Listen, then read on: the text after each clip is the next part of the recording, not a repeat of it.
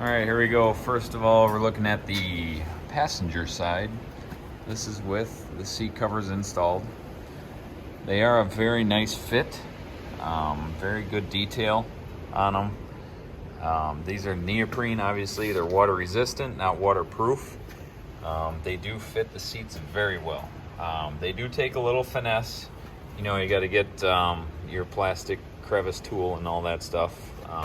To like to remove dash panels and all that, kind of stuff it in there. I took my time in doing it. There's numerous buckles on these, so they do have a good fit.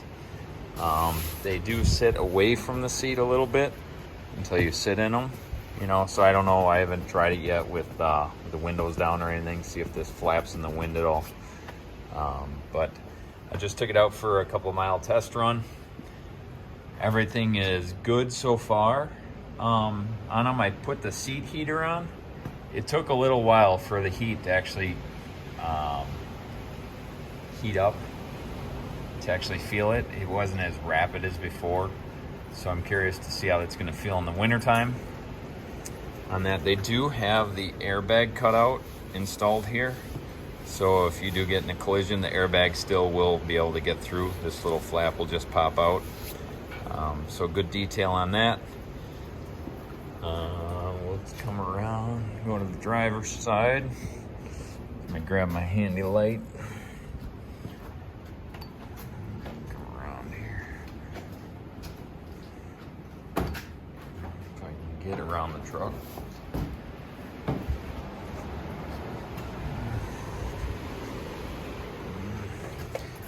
So this is probably the side that's going to see the most wear and tear.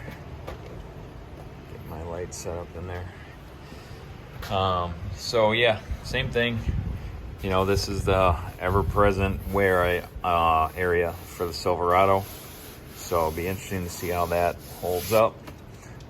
They are a little more grippy than the regular seats. So sliding in and out isn't as easy in these.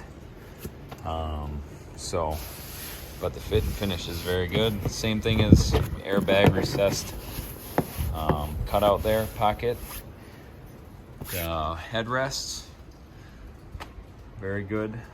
Not easy to get out, so I recommend you do have to search a few videos through YouTube on to do it. I didn't take videos on it. I just have this normal iPhone. I don't have anything fancy for it. I didn't have anybody to help me record for them. It is a little methodical. It says estimated time for these seat covers is 1 to 2 hours for the entire truck. I'll tell you that my first time in not having all the right tools was more like between 3 and 4 hours. Front seats by far were the easiest. Slip on the bottom first, slip over the top, do the headrest, you're good. So, that being said, the front, there's the front. Not sure if I'm gonna keep them, I don't know. My whole intent was for the back seat, since I have a German Shepherd that likes to shed a lot. So we will come around to the back, but I'll show you the back of the main seats. There's the headrest button.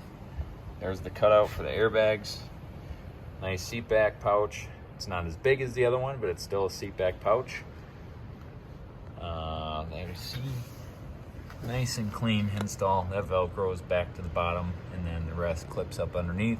It is all very nice and tidy, I will admit that. But then we come to the beast, the rear seat. See if I can get a better angle here for you guys. Gales.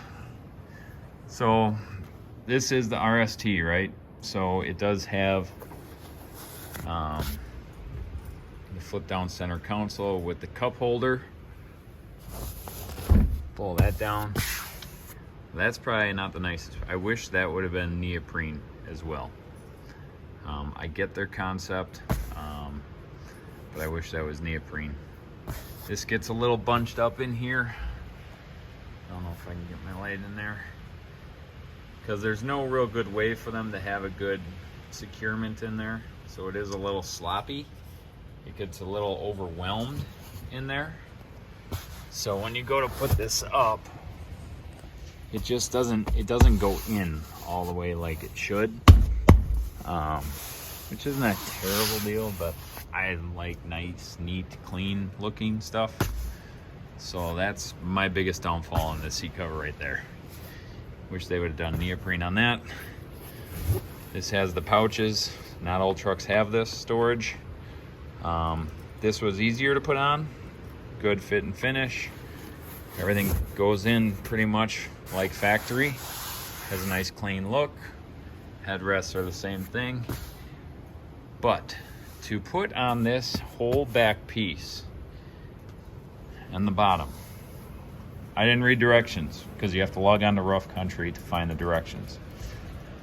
I went ahead and started putting this on. Well, that's the wrong thing to do.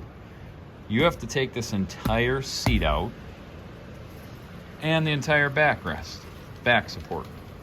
This whole thing has to come out. That's where your time is taken. Here's a glimpse at the buckles and all that stuff. I followed the Rough Country pretty much to a T on that, but where your issue comes is way at the bottom. So let me get my tripod light down here a little bit so I can show you guys what I'm talking about. So I'm gonna go around to the other side and I'll show you because I don't want to get in the way of the light. Very windy day out today, 40 to 50 mile an hour winds. So sorry for the brightness. So, in here, you have two main bolts you have to take out for this. There's one of them, and then behind is another one. Another one here, another one way back there. Another one way back there, and one up front.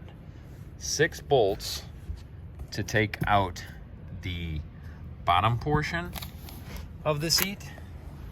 I did it with one person. Luckily I didn't scratch my truck up. Wasn't easy, but I made it work. But then the hard part, when you take off the headrest, I'm gonna walk back around again.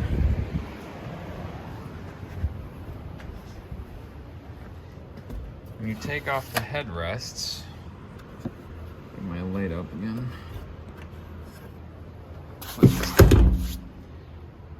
When you take off the headrests, I didn't know that these are actually mounted into the vehicle.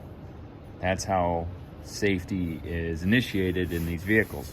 So you have to go into Rough Country, you have to look at their directions. It is a very good explanation how to do it. You don't really need specialized tools, you just need the right tools to do it. So look over the directions first, see what tools you need. I know you need an 18mm socket and a box end wrench unless you have all the fancy snap-on, whatever, pneumatic tools and everything to do everything if you're a mechanic. I don't. I just have like a beginner set of stuff. So this all comes out. Once this is out, I did it on the floor, installed the seat back like they said, got everything dialed in, tied off, secured how it should be. Make sure you get it how you want it. I'm curious what's going to happen in the summer, if how much this neoprene is going to relax. I know wetsuits really don't relax. They always go back to their normal form. So it'd be interesting to see if this becomes relaxed at all and becomes a little sloppy, because I don't want to have to take off the back of the seat again or the bottom of the seat. Seat bottom is easy to adjust because you have access to all the attachments. This one, they're all behind there. You have no way to adjust those again except for taking the whole entire seat out again. Hopefully that doesn't happen. We'll see. My whole purpose of buying these was for my German Shepherd, because I was tired of putting a blanket in here and then the hair would go over there anyway. I just vacuumed it out. It vacuums pretty easily, but I wouldn't say totally easy.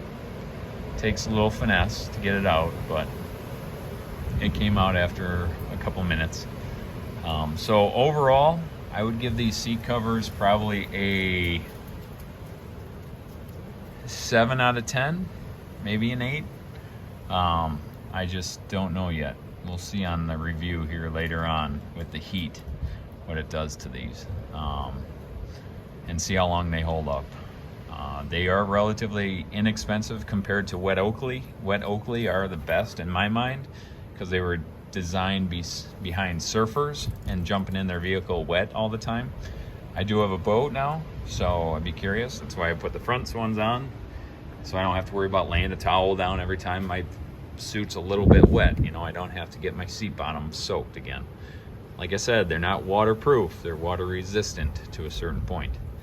So that's my little review on the Rough Country seat covers for the 2019 through 2022 limited Silverado. Give them a try. Give me some comments. If you have any questions, concerns, whatnot, please like, subscribe my channel, and follow along so you don't miss those important updates. When I do give some updates on this or whatnot, that would be much appreciated. We're at 11 minutes. Hopefully I didn't take up too much of your time. Sorry I don't have really much install videos on it because I didn't have the proper people around that day for it. But these are the Rough Country. Here, I'll show you the box again. 2019 and up Chevrolet Silverado 1500 front and rear with cup holder and seat back storage seat covers. Oh, another point.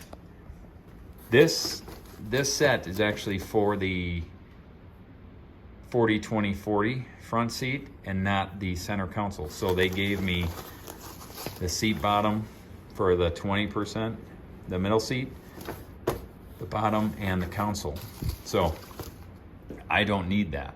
So yes, did I waste a little money on it? Sure, but I got what I wanted out of the kit. I got the seat covers, and for $200 and some odd dollars plus tax, it's not a bad deal. So check them out, give them a try. Questions, comments, concerns, let me know. I'll keep you guys updated. Thanks. Silverado Sav out.